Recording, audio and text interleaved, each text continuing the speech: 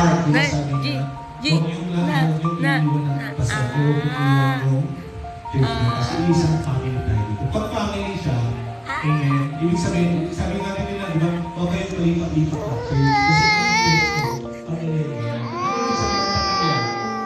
Sa hirap at ginhawa, ang problema man, kay Ate Lisa, Ate niyo, Jessica, diba? Kahit naman ay opportunity sa labas, nandiyan sila.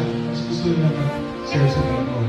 We should be like Moises, diba? Ang sabi ni Moises, ang dami kayong gustong gawin. Amen. Pero higit sa lahat, unahin natin ang Panginoon. Amen. Seek it first, pagiging ng God. Amen. Kasi God is also a Christian. Actually, yung sumunod ako sa Lord kasi sa totoo lang, dati gusto ko na sa malayo, gusto ko sa Apple, gusto ko sa Manila. Hello, sabi mo. Hello. Amen. Yung malaking income.